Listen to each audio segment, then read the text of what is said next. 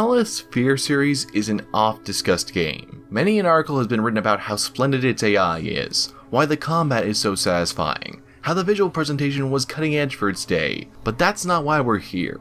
We're here because F.E.A.R may be one of the most genuinely scary horror games ever because it hands you kung fu moves and automatic shotguns. Let me explain. You see, what I found in F.E.A.R is something that neither Outlast nor any Slender Man clone has offered. A true feeling of hopelessness and defenselessness. That's an impressive feat that only a handful of horror games have achieved, and F.E.A.R tops them all thanks to combining two of the most absurdly antithetical franchises one could think of. Die Hard and The Ring. Obviously, these two franchises shouldn't be a match made in heaven, or perhaps a match made in hell given this is a horror game, but that's just it. It's that ice cream and french fries blend that somehow complements each other beautifully, and you start to see why when you reflect on the original material. Die Hard, or at least the original, is about an everyday guy who gets forced into the role of an action hero, is painfully out of his depth, and barely gets by while being a badass. The Ring is about a woman being cursed and dealing with the inevitability of oncoming death that she cannot escape resulting from this curse. Both capture each half of the F.E.A.R experience. The Ring is supernatural F.E.A.R, while Die Hard is uncomfortable vulnerability in the face of human odds. Both protagonists, John McClane and Rachel Keller, have to face their own brand of inevitability.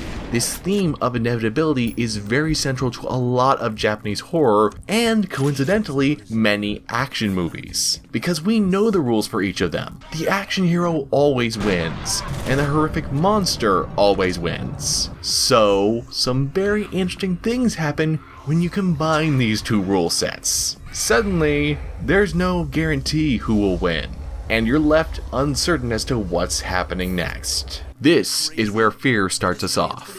F.E.A.R starts with you as the newest member of the titular organization. First encounter Assault Recon, a branch of the US Department of Defense that handles unusual and supernatural situations. It's made clear that the F.E.A.R team has been operating for a while, but like any good action or horror movie, things go to hell for them pretty quickly. Yet they also go to hell slowly. Yeah. It's not a breakneck run, but instead kind of a calm plodding as the various plot elements take hold and you realize you're more than a little in over your head. It makes no difference. He deserved to die. They all deserve to die.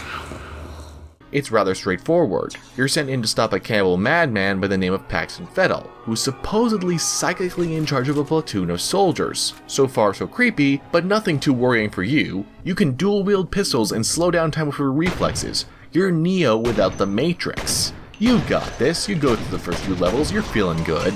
Except, F.E.A.R, the game that is, not your employers, has other plans. Suddenly you're seeing visions of a tiny girl between gunfights with clone soldiers. The lights in your radio keep being off. The music has gone from action-packed to dreadfully ominous. The quiet moments between gunfights suddenly become 1,000 times more terrifying than any shootout that you could potentially be in. And all of this transition happens without so much as skipping a beat, dropping you into increasingly tense gunfights, only to then leave you wandering in painful silence. A somber atmosphere your only companion as things move out of the corner of your eye while you try to navigate to your next objective. And the environments are very believable. The entire office complex feels like a real location, which just makes it feel all that more natural and yet also that much more alien. This setup is perfect for what F.E.A.R is gunning for. You start off expecting a fairly traditional action game with some horror flair. You work for an organization named F.E.A.R for f***'s sake. It's all very on the nose, and the villainous Paxton Fettel, while marvelously portrayed, is incredibly cliche. There's every reason to lower your guard, and not expect something subtle but terrifying to appear as you climb to the top of a ladder.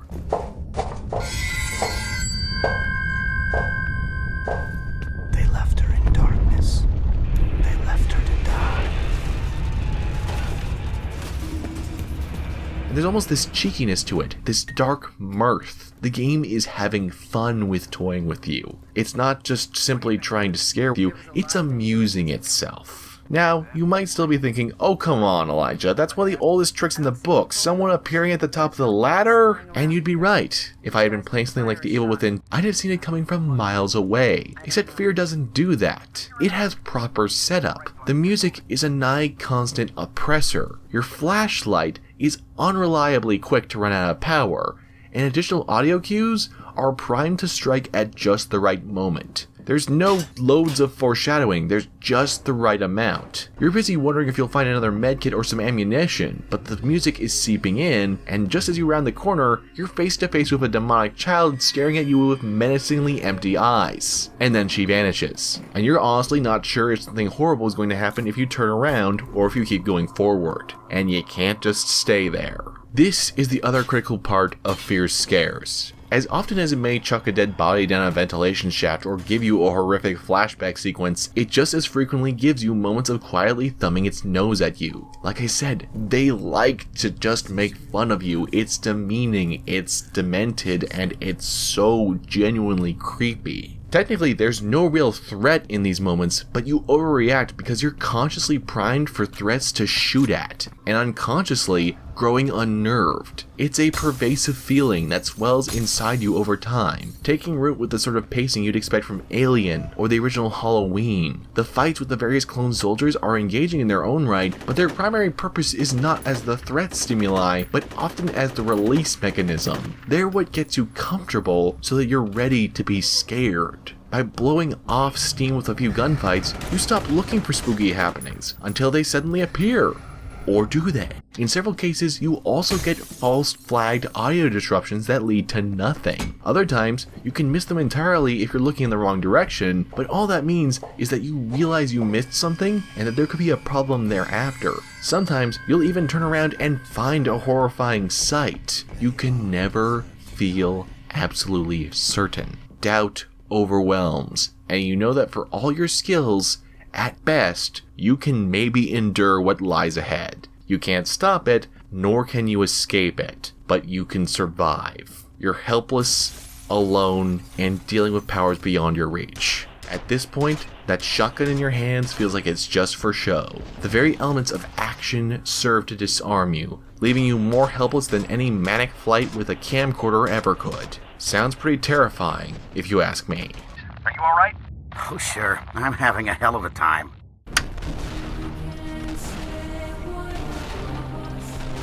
If you enjoyed this video and would like to see more of them, please be sure to like and subscribe because that actually helps a lot. And if you didn't like it, then please feel free to give a thumbs down. And if you really like this video and would like to help ensure I can do more of these things, then please head down to the description and follow a link to my Patreon where you get special goodies if you chip in and help make this channel a reality. I'm the Unabridged Gamer, signing off.